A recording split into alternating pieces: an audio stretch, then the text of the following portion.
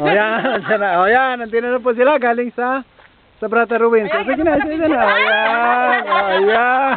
Ayan na, o sa Brata Ruins.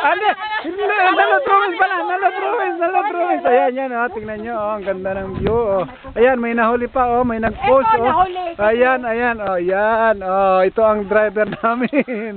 At ito yung, ano ito, model lang, ano ito. Ito yung katulong, o, ayan, ayan, o. Ayan, o, ayan. Secretary.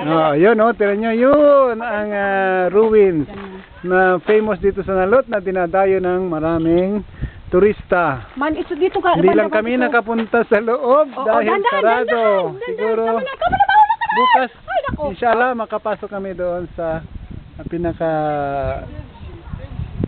Isa pa ha, wait lang. ruins. Isa pa.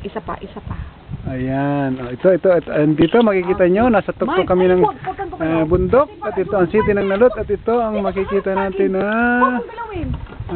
city sa taas ng bundok. So ito, ayan, ito makikita natin ang Nalot Ruins, centuries old Ayan, ang may ilaw. Ayan. ruins, even before the Muslim come.